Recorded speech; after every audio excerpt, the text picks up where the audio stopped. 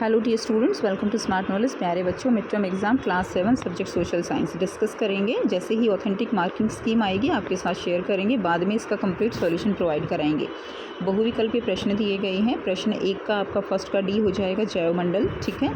Second का आपका answer हो जाएगा दिल्ली सल्तनत की स्थापना कब हुई, तो ये स्थापना हुई थी आपकी 12वीं शताब्दी में। 13वीं शताब्दी नहीं है, 12वीं शताब्दी है, ध्यान दीजिएगा। उसके बाद नेक्स्ट देखिए, निम्नलिखित में कौन सा कथन समानता स्थापित नहीं करता है, तो इसका आंसर आपका सी हो जाएगा। उसके बाद निम्नलिखित में कौन सा प्राकृतिक पारितंत्र नहीं है, तो एक्वेरियम।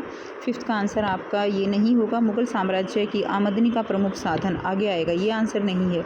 मल्टीपल में इसमें इंग्लिश मीडियम में देख लेते हैं। फर्स्ट का डी रहेगा, सेकंड का बी रहेगा, थर्ड का सी रहेगा, फोर्थ का बी, फिफ्थ का ए, ठीक है। उसके बाद सिक्स्थ का बी रहेगा, सेवन्थ का सी रहेगा, एट्थ का ए रहेगा, नाइन्थ का बी रहेगा, ठीक है। उसके बाद 10th का सी रहेगा।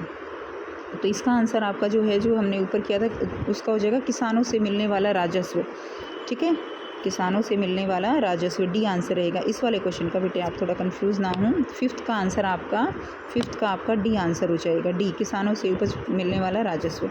उसके बाद राज्य में मंत्रियों की नियुक्ति राज्यपाल करता है, इसका आपका ओजोन, तोमर राजपूतों ने, ठीक है। 9th का बी हो जाएगा, संयुक्त राज्य अमेरिका। 10th का सी हो जाएगा। इंग्लिश मीडियम में देख लेंगे। 6th का बी, 7th का ओजोन, 8th का तोमर, 9th का बी, 10th का आपका सी हो जाएगा। उसके बाद 11th का आंसर आपका डी, कृषि पर। 12th का आपका वायुमंडल हो जाएगा। पृथ्वी के चारों ओर कौन सी परत फैली है, पहली परत को क्या कहते हैं, वायुमंडल। पौधे कौन सी गैस सीधे वायु से नहीं ले पाते, नाइट्रोजन। प्रथम मुगल शासक कौन थे, बाबर। नदी, झील, महासागर किसके उदाहरण रहेंगे, जलमंडल के। उसके बाद आगे आप देखिए क्वेश्चन देख सकते हो, क्वेश्चन नंबर 2, क्वेश्चन नंबर 3, ठीक है।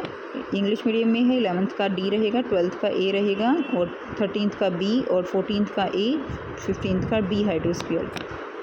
उसके बाद इंग्लिश मीडियम में क्वेश्चन दिए गए हैं। जैसे ही आपके आंसर की आएगी तो आपके साथ शेयर कर दी जाएगी।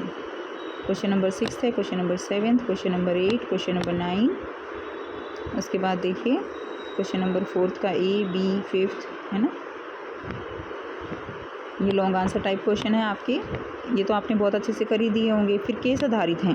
भेदभाव किसे कहते हैं, विशिष्ट जो विशेषताएं होती हैं उनके आधार पर किसी को भी अलग करना, किसी को के साथ भेदभाव करना, वो भेदभाव ही कहलाता है। कुछ लोगों ने किन दो आधारों पर भेदभाव का सामना करना पड़ता है, तो वो विविधता और असमानता के आधार पर।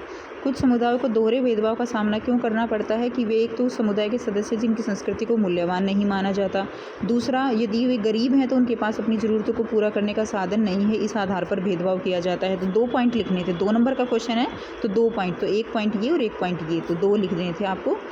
उसके बाद 11वां क्वेश्चन है, सूर्यताप की मात्रा किस ओर घटती जाती है, तो यहाँ से लेकर यहाँ तक, भूमध्य रेखा से ध्रुवों की ओर। यदि पृथ्वी का तापमान बढ़ जाए तो यहाँ से लेकर यहाँ तक बढ़ जाएगा, तो यहाँ कुछ फसलें नहीं उग सकेंगी। गांव की अपेक्षा नगरों का तापमान अधिक क्यों होता है, तो यहाँ से लेकर यहाँ तक, क्योंकि यहाँ पर ऐसी कंक्रीट से बने भवन होते हैं जो गर्म हो जाते हैं, ठीक है। उसके बाद क्वेश्चन नंबर 12 है, तो इसको आप अच्छे से एक बार पढ़ लेंगे। पढ़ने के बाद इसको जो है आपको आंसर करना है। तो ये देखिए, हम आंसर बाद में करेंगे, पहले ये इंग्लिश मीडियम के क्वेश्चन है, ये आप देख सकते हो, ठीक है। उसके बाद टीम की खासियत क्या है, तो उसमें आपने पढ़ा है तो आपको पता लग गया होगा टीम की खासियत क्या है, आपसी सहयोग। एक टीम कब हार सकती है और टीम के लिए क्या महत्वपूर्ण है, दोनों देखेंगे। एक टीम कब हार सकती है, एक टीम हार सकती है अगर मिलकर ना खेले, अगर ठीक टीम मिलकर ना खेले तो टीम हार सकती है। और टीम के लिए क्या ज़रूरी है, टीम के लिए हर खिलाड़ी की ताकत और कमज़ोरी का समझना ज़रूरी है, ये आंसर इसका हो जाएगा, ठीक है। उसके बाद क्वेश्चन नंबर 13 है, इसमें देखेंगे आप, ये अच्छे से पढ़ लेंगे। तो रूढ़िबद्ध धारणा क्या होती है, जो पारंपरिक मान्यताएं होती हैं उनका अनुसरण करना क्या कहलाता है, रूढ़िबद्ध धारणाएं। रूढ़िबद्ध धारणा का उदाहरण हवाई जहाज़ लड़कियां नहीं उड़ा सकती, ये हो गया। हमारे ऊपर क्या असर होता है, हमारे ऊपर असर होता है कि हम जो है अपनी काबिलियत को पहचान नहीं पाते। तो ये तीसरे का आंसर आप यहाँ से ये वाला लिख देंगे, यहाँ से लेकर यहाँ तक, ठीक है। उसके बाद मानचित्र देखिए, दिल्ली, गुजरात, प्रयागराज, पंजाब, पानीपत, आगरा, ये आपको भरने थे, इंग्लिश मीडियम में दिए गए हैं। तो ये इंग्लिश मीडियम का देख लेंगे बेटा, ठीक है। तो मैप देख लेते हैं। तो ये देखिए यहाँ पे, ये क्या है, गुजरात है, ये पंजाब है, ये दिल्ली हो गया, आप सबको पता है, पानीपत हरियाणा में, आगरा यूपी में हो गया, और यहाँ पे ये हो गया प्रयागराज।